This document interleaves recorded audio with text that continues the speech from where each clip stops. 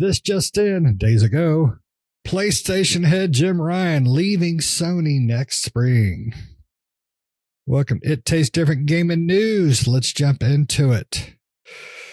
So, articles are calling out PlayStation head Jim Ryan is leaving the company, according to a press release from Sony. It's Sony themselves. Ryan has served as a president and CEO since his appointment back in 2018, and Ryan's tenure at Sony spans nearly 30 years, during which he's held numerous leadership roles, including serving as the head of Sony Europe after former SIEE president Andrew House passed the torch. So Jim Ryan, who looks like a Yule Bulls movie villain, is leaving. He states, I found it increasingly difficult to reconcile living in Europe and working in North America. Ryan said in his press release, I will leave having been privileged to work on products that have touched millions of lives across the world. PlayStation will always be a part of my life, and I feel more optimistic than ever about the future of SIE. I want to thank Yoshida-san for placing so much trust in me and being an incredible and sensitive and supportive leader. Ryan will be there until March 2024. And the Sony Group Corporation President, COO, and CFO Hiroki Totoki, I didn't make that up, will step in as SIE's interim CEO, reporting to Sony CEO Kenichiro Yoshida, effective October 2023. And Sony Interactive Entertainment will appoint Totoki as chairman to aid PlayStation ahead of Ryan's exit. So, whether or not his reasoning stated is the true reasoning, I think it has a lot to do with the leaks and everything that came from the Xbox FCC trials. Lots of things, I won't go into a lot of details because, well, everybody's kind of already been there and done that now.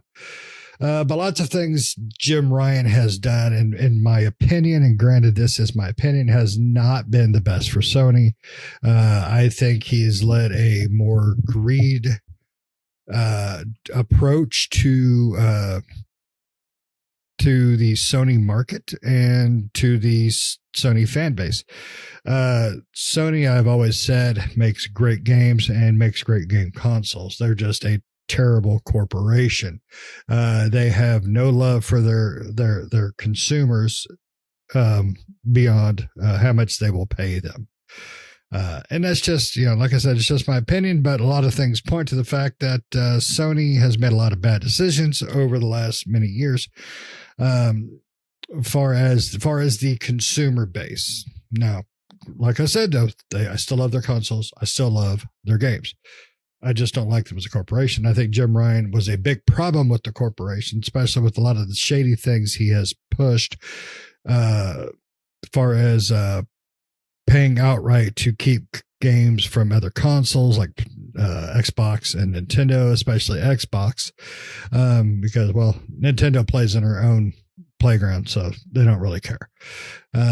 But I think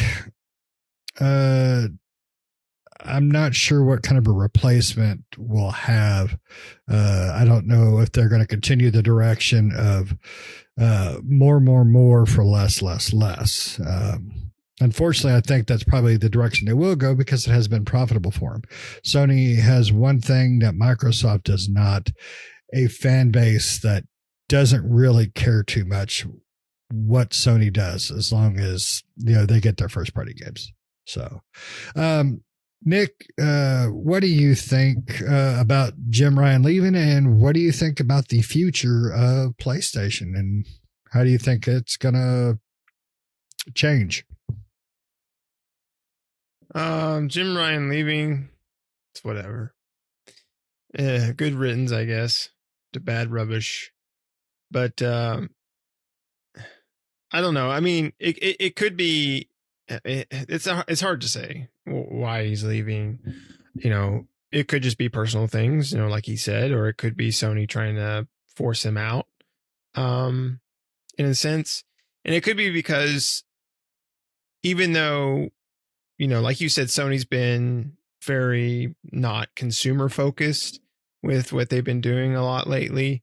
I mean, I don't know how badly that's worked out for them, but I think also on top of that is especially, well, Final Fantasy 16, and we don't know about other games that they have secured being day one or only exclusive to the PlayStation, that maybe has ended up hurting them, right?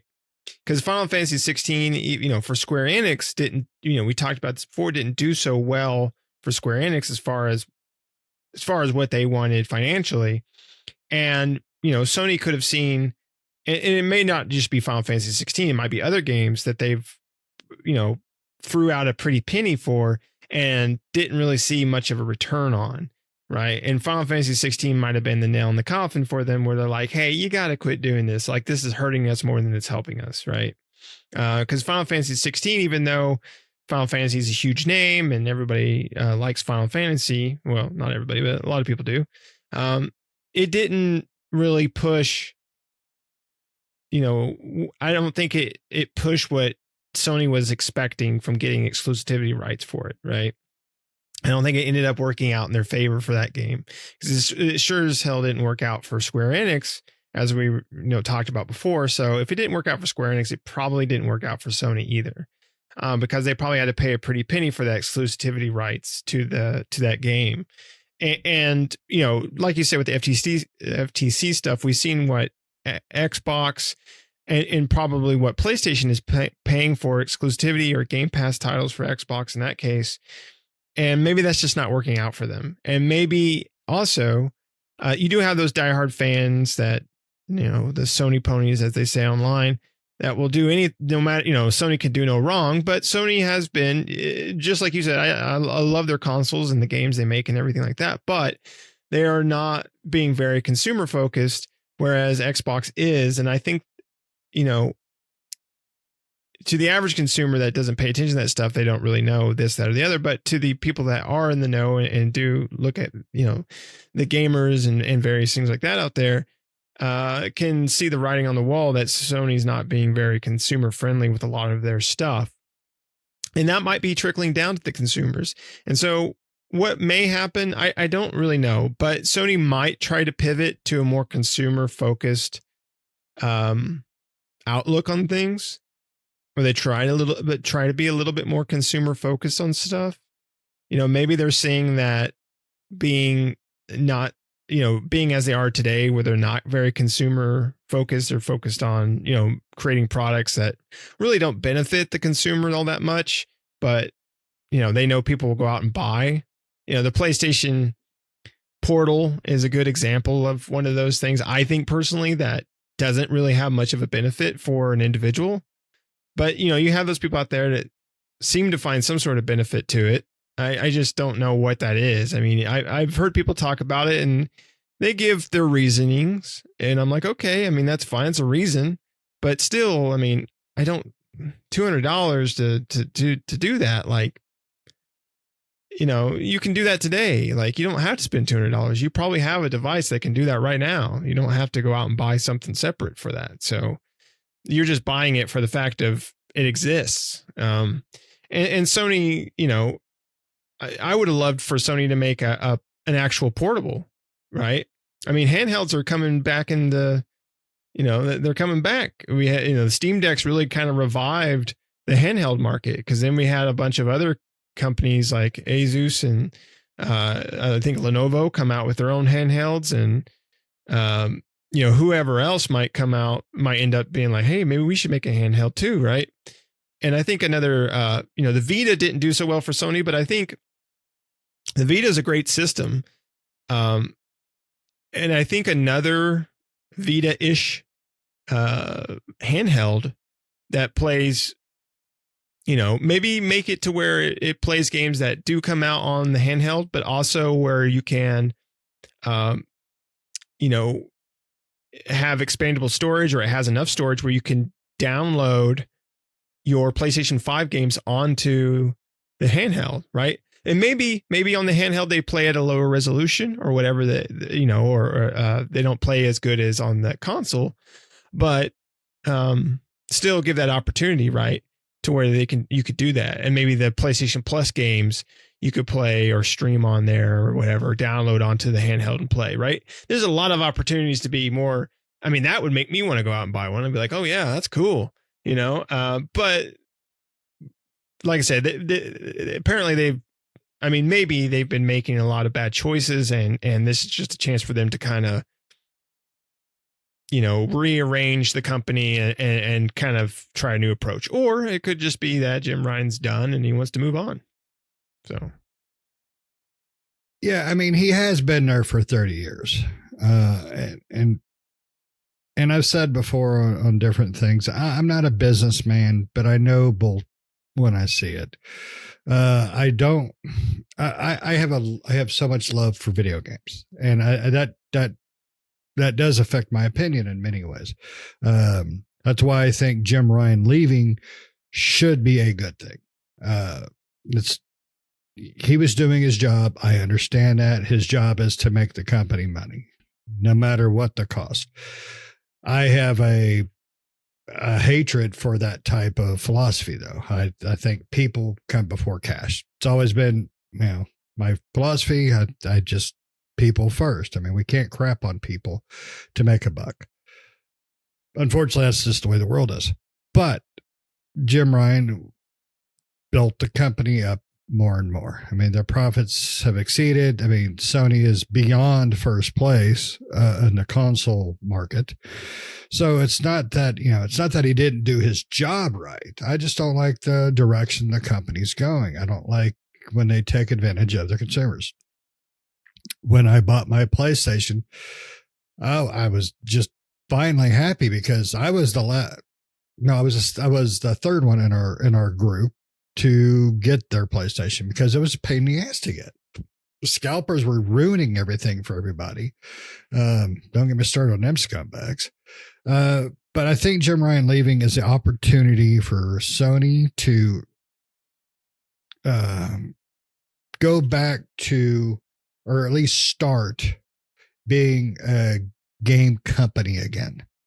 Not just a company, but a game company. You know, give us those exclusives from your first party. Quit buying up exclusivity from AAA developers. That's what really, you know, bothers me. Now, if they want to pay, I can't think of the developer who made It Takes Two and that.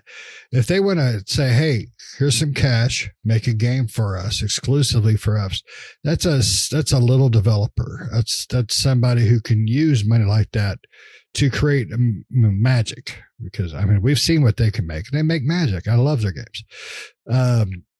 I want to see Sony use the opportunity to put somebody in that position that puts Sony back in the game market, not just finances. That's all I really want to see out of it.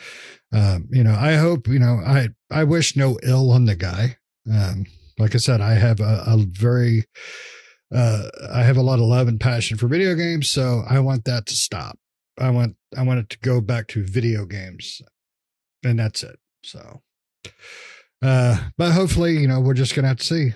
I mean, that's just, unfortunately, you know, what happens afterwards is, you know, it's all on Sony. I'd like to see Sony fans stop, you know, buying crap like the PlayStation Portable. But I agree with you. I like handhelds. I don't love handhelds. I've always liked them. I've always had one. I've just never been like, oh man, I'm going to go and take my portable game in the car, and I can't do that because I'll get car sick. But I do like a good handheld where I can, you know, sit in a doctor's office or whatever. Yeah, it's perfect for me.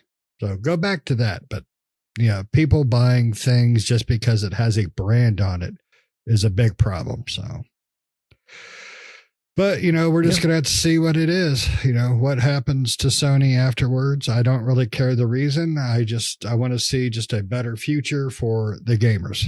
So.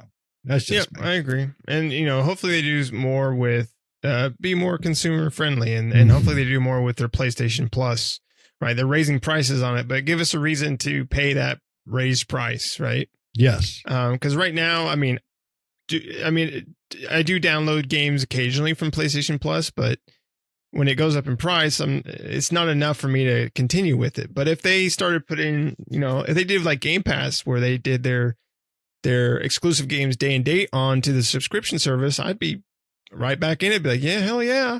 I don't have to go buy these games. I can just play them right out of PlayStation Plus, like I do with Game Pass, right? So I'd be all down for that. But hopefully they go in that direction. That would be nice. More consumer friendly. Yeah, so we're just going to play the waiting game and see what happens. So Sony, put your butt in the right track. And Nick, you got anything else? All right. Well, I don't. As Pat always says, you made it this far. Why don't you hook us up with a click on the like and hit the subscription, hit those notifications, all the good stuff. Most importantly, though, give us your feedback. What do you think about Jim Ryan leaving? What did you think about his turn at the helm of PlayStation? I mean, do you think he was good for it, bad for it, a little bit of both? I mean, do you think he looks like a villain from a U Bulls movie? So just let us know. And until next time, see ya.